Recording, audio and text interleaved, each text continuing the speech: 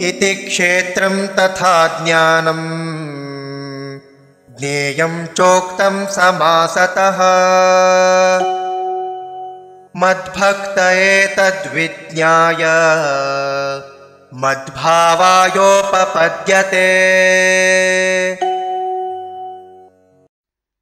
इति क्षेत्रं तथा ज्ञानं ज्ञेयं च उक्तं समासतः मद्भक्तः एतत् विज्ञाय मद्भावाय उपपद्यते। इति क्षेत्रं तथा ज्ञानं ज्ञेयं चोक्तं समासतः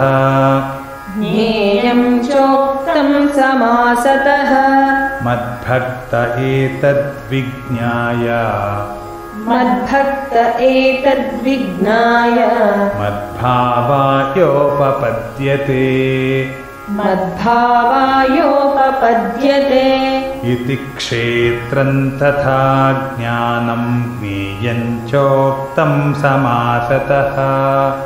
इति क्षेत्रं तथा ज्ञानं ज्ञेयं चोक्तं समासतः मद्भक्त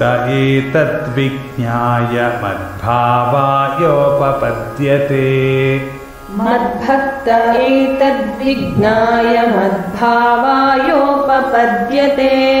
इति क्षेत्रं तथा ज्ञानं ज्ञेयं चोक्तं समासतः मद्भक्त एतद्विज्ञाय मद्भावायोपपद्यते। इति क्षेत्रं तथा ज्ञानं ज्ञेयं चोक्तं समासतः मद्भक्त एतद्विज्ञाय मद्भावायोपपद्यते।